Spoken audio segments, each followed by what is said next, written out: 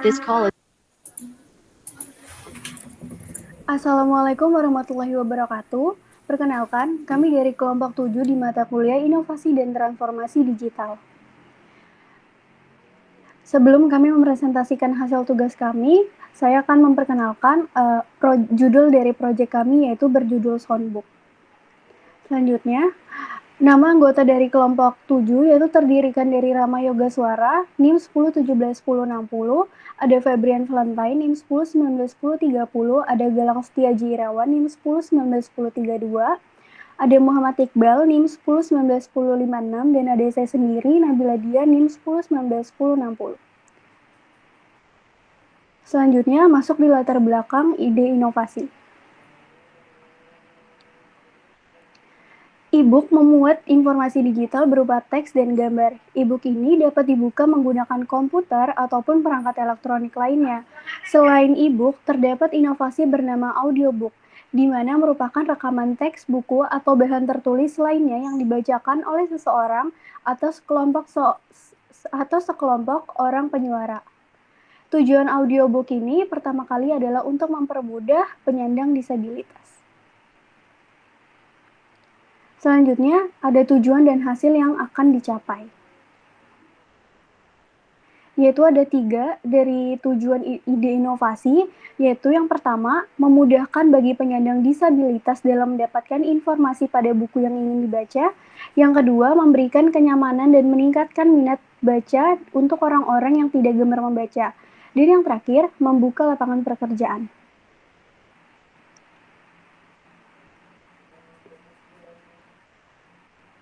Selanjutnya ada hasil ide inovasi, di mana yaitu terdirikan dari 2. Yang pertama untuk mempermudah penyandang disabilitas untuk mendapatkan informasi dari buku, dan yang kedua memudahkan para pengguna untuk mendapatkan informasi secara lebih ringan.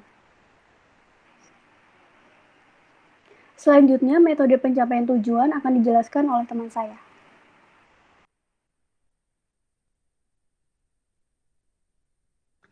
Ya, setelah itu ada metode pencapaian tujuan. Yang pertama, di sini ada BMC. Yang pertama ada key activities, yaitu 1. Memfasilitasi dalam layanan audiobook. Yang kedua, mewadahi freelance dengan pengguna. Yang ketiga, melakukan pengembangan dan perawatan aplikasi. Setelah itu ada key partner. Key partner yang pertama ialah freelance. Yang kedua, toko buku. Yang ketiga, bank. Yang keempat, penerbit. Dan yang kelima, penulis. Setelah itu ada key resource. Key resource yang pertama ialah koneksi internet. Yang kedua, pegawai. Yang ketiga, hardware. Yang keempat, data user. Yang kelima, data center. Setelah itu ada value proposition. Yang pertama ialah memberikan pelayanan yang cepat dalam membeli buku. Yang kedua, satu-satunya aplikasi yang menyediakan layanan audiobook freelance di Indonesia. Yang ketiga, memberikan kemudahan bagi pengguna yang tidak bisa membaca. Yang keempat, memiliki fitur yang dapat memberikan kesimpulan atau rangkuman dari buku yang dibaca. Setelah itu ada customer relationship. Yang pertama ialah memberikan diskon dan promo. Yang kedua, memberikan membership khusus pengguna yang berlangganan. Lalu ada channel. Channel yang pertama ialah sosial media. Yang kedua, iklan. Yang ketiga, aplikasi. Dan keempat, App Store atau Play Store. Setelah itu ada customer segment. Customer segment kita yang pertama ialah masyarakat umum. Yang kedua, orang yang membeli buku. Yang ketiga, orang yang buta huruf. Lalu ada cost struktur. Cost struktur yang pertama ialah biaya pembuatan, pengembangan dan perawatan aplikasi. Yang kedua, biaya marketing. Yang ketiga, biaya gaji pegawai. Yang keempat, biaya kebutuhan perusahaan. Yang kelima, biaya lisensi. Setelah itu ada yang terakhir, revenue stream. Revenue stream yang pertama ialah user yang berlangganan. Yang kedua, iklan. Yang ketiga, sponsor. Dan yang keempat, komisi. Next. Setelah itu ada business process dan model notation. Next. Ya, di sini ada proses umum. Dimulai dari pendaftaran akun, lalu mencari jasa, kemudian pemesanan jasa, lalu pengerjaan dan pengiriman jasa. Setelah itu kembali ke akun, kebantuan dan selesai. Next. Lalu ada proses mencari jasa freelance. Di sini terdapat dua aktor. Yang pertama ada pengguna dan sistem. Pertama dari pengguna. Pengguna masuk ke aplikasi, kemudian membuka fitur pencarian jasa freelance, lalu mengisi filter pencarian jasa freelance. Lalu ke aktor sistem, yaitu memverifikasi pencarian jasa ke freelance. Apakah telah sesuai? Jika tidak, maka akan kembali ke mengisi filter pencarian jasa freelance. Kalau telah sesuai, mencari penyedia jasa freelance. Kemudian menampilkan penyedia jasa freelance, lalu memilih jasa penyedia jasa freelance, dan selesai. Setelah itu ada proses pemesanan jasa freelance. Di sini juga terdapat dua aktor, yaitu pengguna dan sistem. Di sini pengguna masuk ke aplikasi, setelah itu memilih penyedia jasa freelance, lalu mengisi form pemesanan jasa freelance. Setelah itu ke sistem memverifikasi form pemesanan jasa freelance. Apakah tersedia? Jika tidak, maka akan kembali mengisi form pemesanan jasa freelance. Jika telah sesuai, maka akan memproses pemesanan jasa freelance. Lalu menampilkan hasil proses pemesanan, dan setelah itu pemberitahuan hasil proses pemesanan, dan selesai. Next. Ya. Di sini ada proses pengiriman dan penerimaan jasa. Di sini sudah terdapat 3 aktor, yaitu pengguna, sistem, dan freelancer. Dimulai dari sistem, memproses pemesanan jasa freelance, lalu mengirimkan pemberitahuan pemesanan, lalu setelah itu beralih ke aktor freelance yang mendapatkan pemberitahuan pemesanan, lalu melakukan proses pengerjaan jasa, setelah itu mengirimkan hasil pengerjaan ke sistem. Menerima hasil pengerjaan freelance, mengirimkan hasil pengerjaan ke pengguna, dan pengguna mendapatkan hasil pengerjaan jasa. Setelah itu pengguna memberikan rating jasa freelance, dan selesai. Ya, selanjutnya akan dijelaskan oleh teman saya. Baik, selanjutnya ada research plan. Next. Oke, yang pertama ada market research. Pada penelitian ini dilakukan untuk mendapatkan data yang dibutuhkan untuk pengembangan rancangan aplikasi. Nah, analisis kebutuhan itu dilakukan untuk mendapatkan informasi kebutuhan yang diperlukan oleh sistem yang akan dibangun pada aplikasi menggunakan User Centered Design atau UCD. Next. Oke, selanjutnya ada research plan. Setelah mendefinisikan hipotesis masalah, maka kami itu membuat research plan yang terdiri dari beberapa tahapan. Yang pertama adalah metode yang digunakan, yaitu online survey. Yang kedua adalah target jumlah responden sekitar 10 orang. Dan yang ketiga ada demografi market. Itu terdiri dari asal, umur, jenis kelamin, umum, dan pengguna aktif smartphone. Next. Selanjutnya ada kesimpulan hasil riset. Nah, dari hasil riset yang telah kami lakukan, kesimpulannya adalah lebih dari 80% responden itu menjawab untuk membutuhkan aplikasi soundbook. Sebagai penggemar buku itu lebih memudahkan untuk mencari informasi dengan menggunakan buku yang diberikan suara atau di audio. Selain itu, kebanyakan dari setiap pengguna. Next. Oke, selanjutnya ada user flow. Next.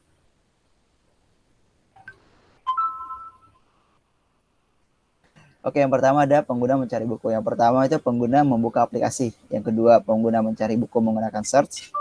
Lalu terdapat pilihan tersedia. Jika tersedia atau jika tidak tersedia akan ada tampilan aplikasi menampilkan not found. Jika tersedia, aplikasi akan menampilkan buku tersebut dan pengguna menyimpan buku ke arsip. Next. Lalu pengguna memutar soundbook. Yang pertama pengguna membuka aplikasi, yang kedua pengguna menuju halaman homepage, lalu selanjutnya pengguna mencari buku menggunakan search. Lalu apabila tidak tersedia, aplikasi akan menampilkan not found, dan apabila tersedia, pengguna akan diarahkan ke menu playlist. Lalu aplikasi akan memutarkan audio book tersebut. Next. Selanjutnya ada freelancer mengupload project soundbook. Yang pertama adalah freelancer itu membuka aplikasi. Yang kedua, freelancer menuju halaman upload audiobook. Selanjutnya, freelancer memasukkan file upload. Selanjutnya, freelancer melakukan submit upload. Apabila berhasil validasi, upload itu diterima dan akan dimasukkan ke aplikasi. Namun, apabila tidak berhasil divalidasi, upload itu akan ditolak dan mengirimkan notif ke freelancer. Next. Selanjutnya, freelancer menghapus project soundbook. Yang pertama, freelancer membuka aplikasi. Yang kedua itu freelancer menuju halaman homepage. home menuju project, baru ada freelancer memilih salah satu project untuk dihapus, lalu freelancer mengklik tombol remove, selanjutnya sistem akan menghapus project tersebut dan sistem akan menampilkan pesan berhasil dihapus. Next. Baik, selanjutnya akan dijelaskan oleh teman saya. Baik, selanjutnya ada desain aplikasi. Next. Jadi setelah sebelumnya membuat sebuah user flow, maka tahap selanjutnya adalah membuat prototipe dari aplikasi Soundbox tersebut. Tujuan membuat prototipe tersebut adalah untuk menguji konsep yang sudah dibuat dan untuk mengetahui minat pengguna dari produk kita. Sehingga jika ada masukan, maka dapat diperbaiki sebelum produk itu diluncurkan atau dipublishkan. Dan berikut adalah hasil prototipe dari aplikasi Soundbox. Dan berikut hasil screenshotnya dari desain aplikasi dari Soundbox. Oke, next. Selanjutnya ada analisis desain karya. Oke, next. Jadi yang pertama ada target pengguna. Jadi target dari UX research aplikasi Soundbox ini adalah masyarakat umum yang ingin membeli buku dan orang yang buta huruf. Penelitian yang dilakukan untuk mendapatkan data yang dibutuhkan untuk pengembangan rencana aplikasi.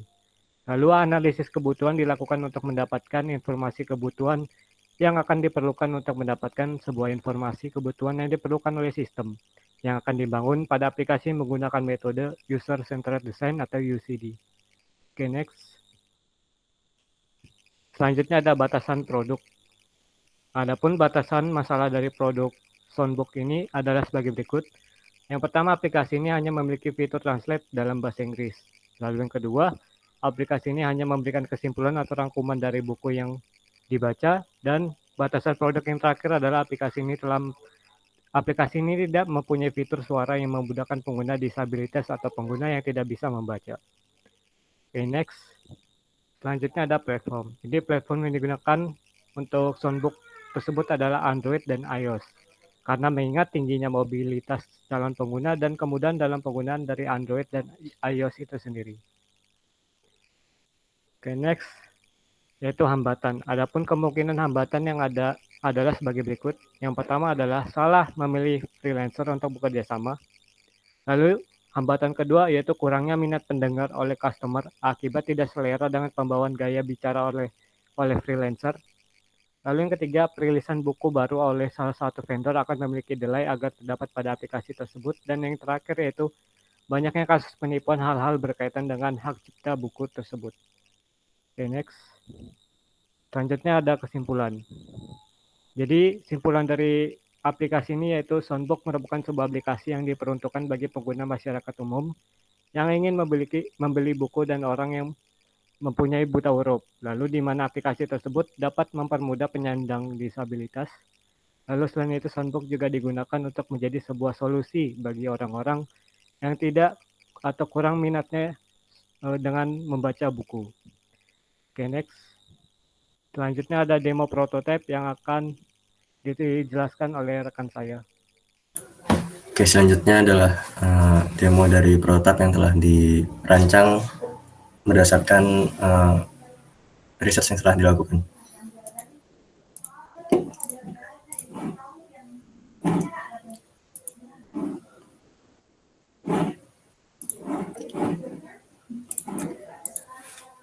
Oke, jadi pertama kita akan masuk, kalau untuk aplikasi kita akan masuk ke halaman splash screen, lalu ditujukan ke halaman onboarding page. Ada 3 halaman, yaitu seperti ini, bisa kita drag saja.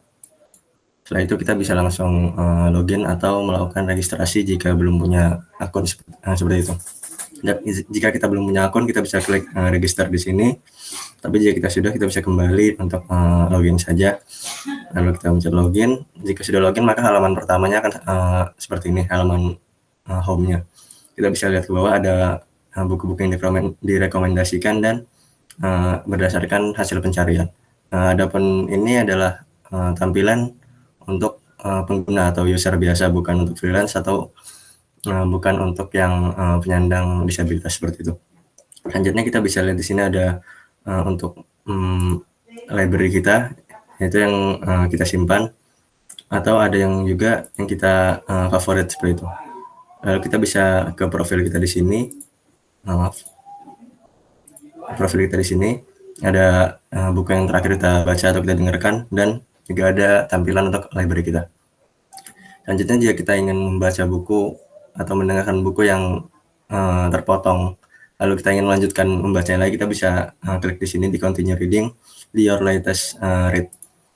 Di sini tampilannya akan kurang lebih seperti ini, lalu kita bisa kembali, dan misalnya kita mau mengubah mode ke mode yang illiterate atau disabilitas, seperti itu kita bisa ke profile. Di profile ini kita bisa ke setting, di setting lalu kita bisa mengubah mode yang di sini. Jadi ceritanya kita ubah mode ke sini, dan kita masuk ke mode yang illiterate gitu. Selanjutnya, mode di illiterate sini kita nggak menggunakan meminimalisir penggunaan kata-kata, jadi kita banyak menggunakan icon atau gambar saja.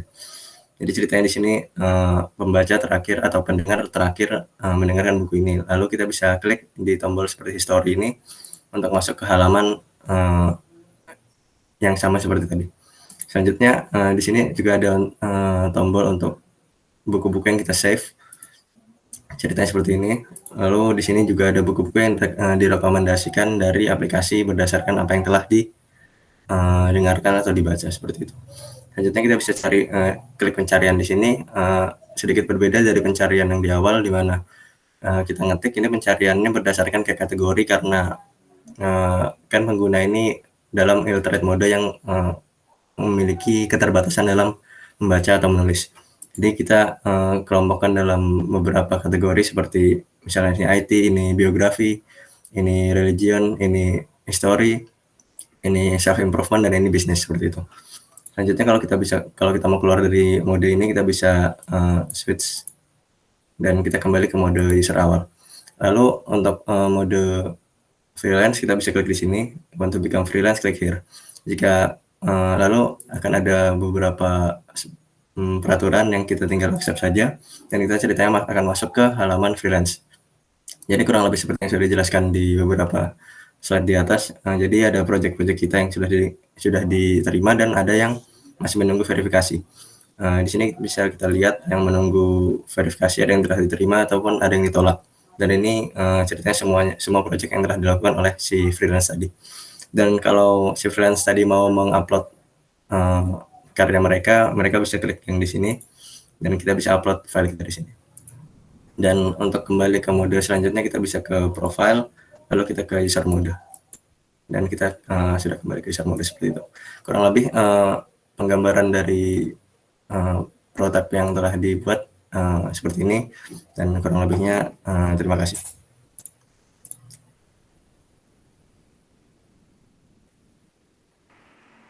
Baik, sekian dari kelompok kami. Kurang lebihnya mohon maaf. Wassalamualaikum warahmatullahi wabarakatuh.